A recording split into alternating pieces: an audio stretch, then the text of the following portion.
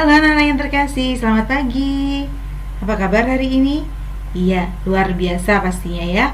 Baik, Bu Sulis berharap semua dalam kondisi baik dan sehat ya. Nah anak-anak, hari ini kita bertemu lagi dengan pelajaran TIK. Hari ini kita akan mulai melanjutkan materi untuk membahas bab 2 ya. Nah, pada bab 2 ini yang akan kita bahas adalah tentang sistem komputer dan sistem operasi komputer. Nah baik, anak-anak sekarang kita buka bukunya. Yuk dibuka bukunya halaman 9. Silakan dibuka bukunya, kita menyimak videonya dan juga nanti ada beberapa hal yang akan kita lihat dari buku. Oke? Nah baik, kita lihat dulu. Nah, coba perhatikan gambar-gambar berikut ini. Apa saja gambar-gambar ini? Ya, anak-anak pasti sudah terbiasa melihat gambar-gambar ini ya. Nah, sekarang Bu Sulis akan bertanya, apa saja elemen dari sistem komputer? Ayo, siapa tahu? Tuh, kok diem aja? Nah, yang kedua, bagaimana cara mengoperasikan sistem komputer tersebut? Nah ya, nanti akan kita bahas sama-sama.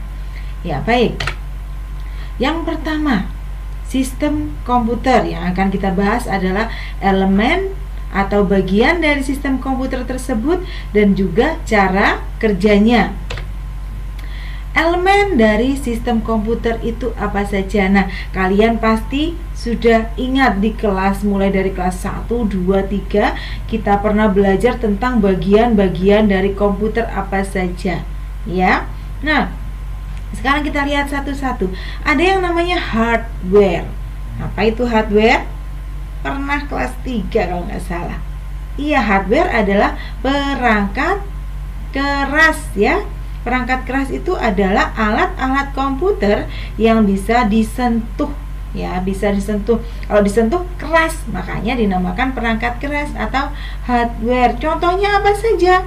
Nah, sudah ada di situ. Contohnya ada mouse, ada keyboard, ada CPU, ada monitor dan juga ada printer. Kemudian nanti untuk yang mendengarkan suara apa namanya, Nana? Iya, speaker ya. Kemudian ada lagi yang namanya scanner. Scanner itu untuk memasukkan data dari sebuah alat ke dalam komputer, misalnya foto atau kertas dan sebagainya ya. Data dari foto tersebut nanti akhirnya masuk ke dalam komputer dalam bentuk gambar, itu namanya scanner. Yang kedua, ada yang namanya software. Apa itu software? Software adalah rangkaian perintah dalam sistem komputer yang biasanya berupa program. Jadi semua program yang ada di dalam komputermu atau di dalam laptop itu dinamakan software. Ayo sebutkan contoh program apa yang kalian tahu. Paint ya. Terus apa lagi? Microsoft Word. Nah, kemarin di kelas 3 sudah belajar apa? Microsoft Publishing. Nah, itu semua dinamakan software. Nah, selanjutnya yang ketiga ada yang namanya brainware. Apa itu brainware? Brainware itu adalah orang yang mengendalikan sistem komputer. Jadi kita ini yang dinamakan brainware, perangkat otak. Nah, jadi kita yang mengendalikan komputer tersebut dinamakan brainware. Jadi elemen sistem komputer ada 3 ya, Nana. Apa tadi? Hardware atau perangkat keras, kemudian ada software atau perangkat lunak, dan brainware atau perangkat otak ya. Nah, selanjutnya bagaimana sistem komputer itu bekerja? Nah, ada 3 tahapan cara kerja sistem komputer, anak-anak. Yang pertama, input. Input itu adalah memasukkan data atau perintah ke dalam komputer ya. Jadi ada alat-alat dari hardware itu yang merupakan alat input. Contoh, mouse. Mouse itu digunakan untuk apa, Nana? Untuk menggerakkan tanda panah itu ya. Untuk menggerakkan tanda panah itu. Jadi untuk memasukkan sebuah perintah ke dalam komputer.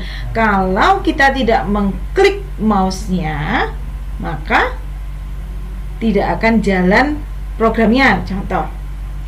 Contohnya begini, kita ingin membuka program Paint. Masih ingat langkah-langkahnya? Diklik apa? Diklik Start, All Program, Aksesoris, kemudian baru Paint ya. Nah, apabila kalian tidak mengklik mouse-nya, kira-kira bisa jalan nggak programnya? Kamu arahkan ke Start, tapi tidak kamu klik. Bisa muncul tidak? Tidak, ya dia diam aja karena kalian tidak mengklik. Makanya mouse disebut alat input untuk memasukkan perintah-perintahnya dengan cara apa? Dengan cara mengklik tombolnya atau mengklik menunya. Nah, itu. Nah, kemudian ada keyboard. Keyboard untuk apa, Nana?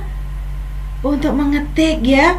Sudah tahu kan ya? Nah, untuk mengetik, keyboard untuk mengetik. Nah, itu juga untuk memasukkan data. Ada lagi mikrofon. Tahu mikrofon ya? Ya, kalau kalian rekaman, kalian pasti pakai mikrofon. Walaupun di HP juga sama. Kalian ingin merekam suara, pasti pakai mikrofon. Kemudian suaranya terekam di HP atau terekam di komputer. Nah, itu alat input. Nah, setelah data atau perintah itu dimasukkan atau diinput ke dalam komputer, maka dia akan diproses di dalam CPU. Masih ingat otaknya komputer apa? Iya, otaknya komputer adalah CPU. Kalau kita manusia otaknya di kepala. Kalau komputer otaknya ada di CPU. Jadi data yang tadi kita masukkan atau perintah yang kita masukkan akan diolah menjadi sebuah informasi yang dibutuhkan oleh pengguna komputer. Nah, informasinya berupa apa saja?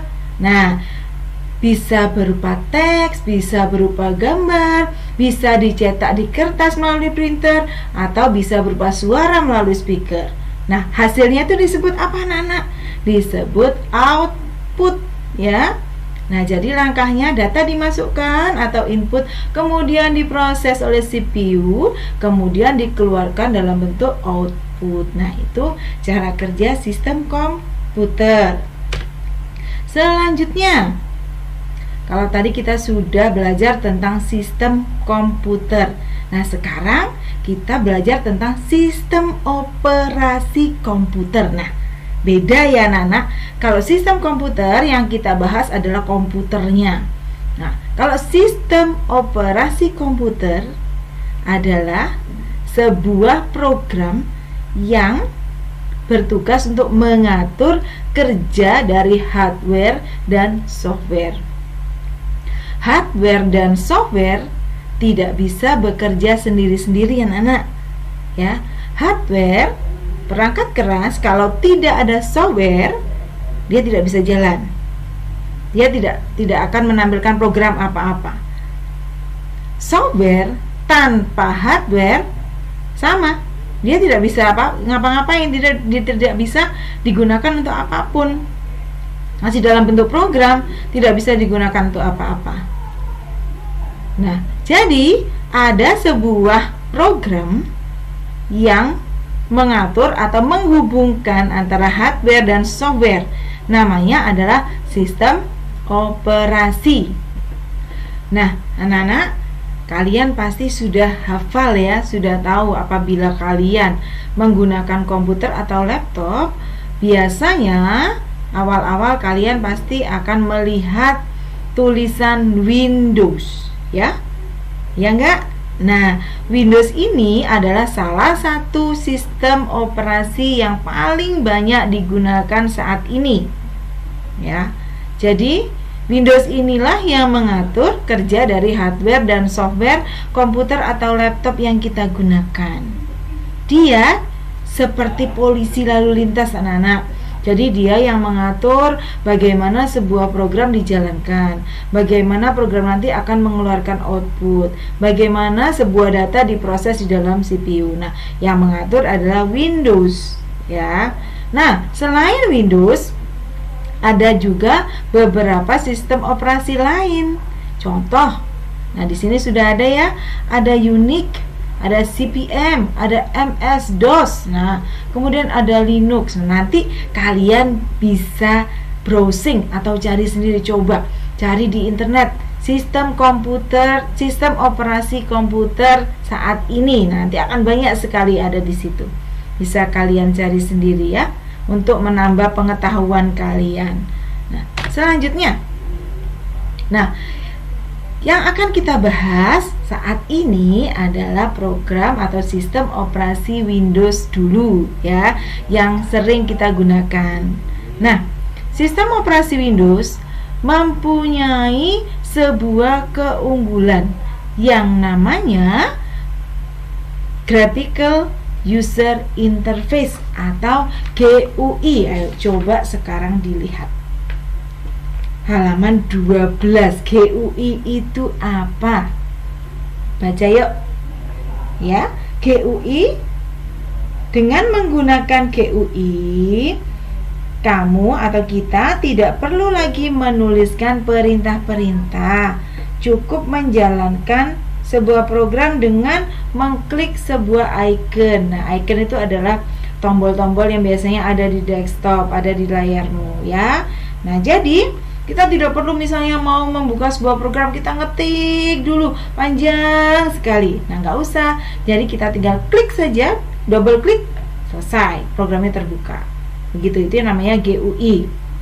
Nah, selanjutnya anak-anak, Windows mempunyai beberapa keunggulan dibandingkan dengan sistem operasi lain. Ya, contoh yang pertama, menampilkan perintah dalam bentuk gambar atau icon. Nah, yang tadi disebut GUI tadi ya. Yang kedua, mampu menampilkan gambar, efek suara, lagu, dan film dengan fasilitas multimedia. Fasilitas multimedia itu contohnya kalau kamu memutar film, mau lihat film, kamu bisa menggunakan Windows Media Player, bisa menggunakan GOM. Nah, seperti itu. Kalau mau memutar musik, kamu bisa menggunakan AIM atau menggunakan Winamp. Nah, itu softwarenya ya. Seperti itu. Nah, keunggulan yang ketiga adalah mampu membuka satu program dalam banyak jendela untuk mengerjakan tugas yang berbeda secara bersamaan. Nah, contoh, kalian ingin menggambar menggunakan program Paint. Kalian tidak hanya ingin menggambar satu, tapi menggambar dua sekaligus misalnya. Kalian bisa membuka program Paint 2 kali. Jadi ada 2 layar, ada 2 jendela, Paint 1 dan Paint 2. Semuanya bisa kalian gunakan. Bisa kalian gunakan. Misalnya sebelah kiri, yang sebelah kiri Paint 1, kalian mau menggambar bunga. Kemudian yang kedua, kalian ingin menggambar mobil misalnya. Nah, bisa dua-duanya dijalankan secara bersamaan, itu bisa dibuka dan dijalankan secara bersamaan. Disebut dengan istilah multi-threading ya. Diingat-ingat, membuka satu program dalam banyak jendela dan dikerjakan secara bersamaan dinamakan multi-threading.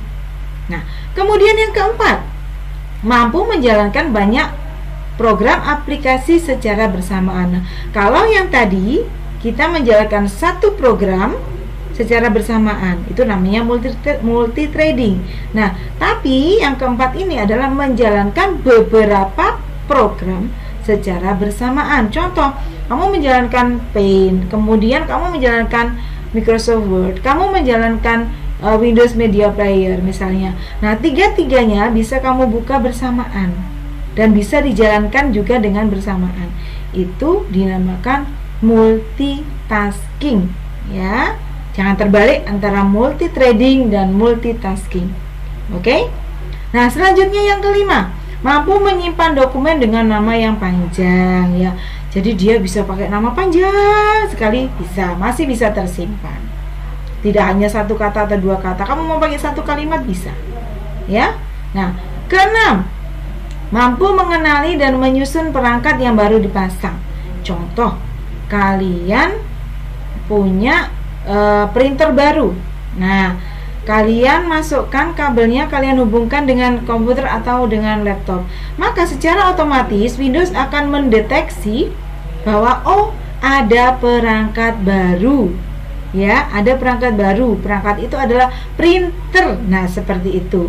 Jadi kita tidak perlu memprogram, mencari-cari dulu, tidak perlu. Windows sudah otomatis menseleksi atau mendeteksi perangkat baru tersebut. Nah, istilahnya disebut dengan plug and play, ya, mengenali dan menyusun perangkat yang baru dipasang. Nah, yang ketujuh, mampu menjadi bagian dari jaringan komputer atau network. Jadi dengan Windows untuk terhubung dengan komputer-komputer lain itu menjadi lebih mudah, anak-anak. Ada tinggal kita program sedikit, kita klik ini klik itu, ada sendiri nanti programnya. Nah, maka sebuah komputer bisa terhubung dengan komputer yang lain. Dengan menggunakan sistem operasi Windows bisa menjadi lebih mudah, ya. Baik. Nah, kemudian, kesimpulannya apa? Kesimpulannya adalah sistem komputer terdiri dari 3 elemen, yaitu hardware, software, dan brainware. Dan sistem komputer tersebut dijalankan oleh sebuah sistem operasi komputer. Ya, nah itu kesimpulannya.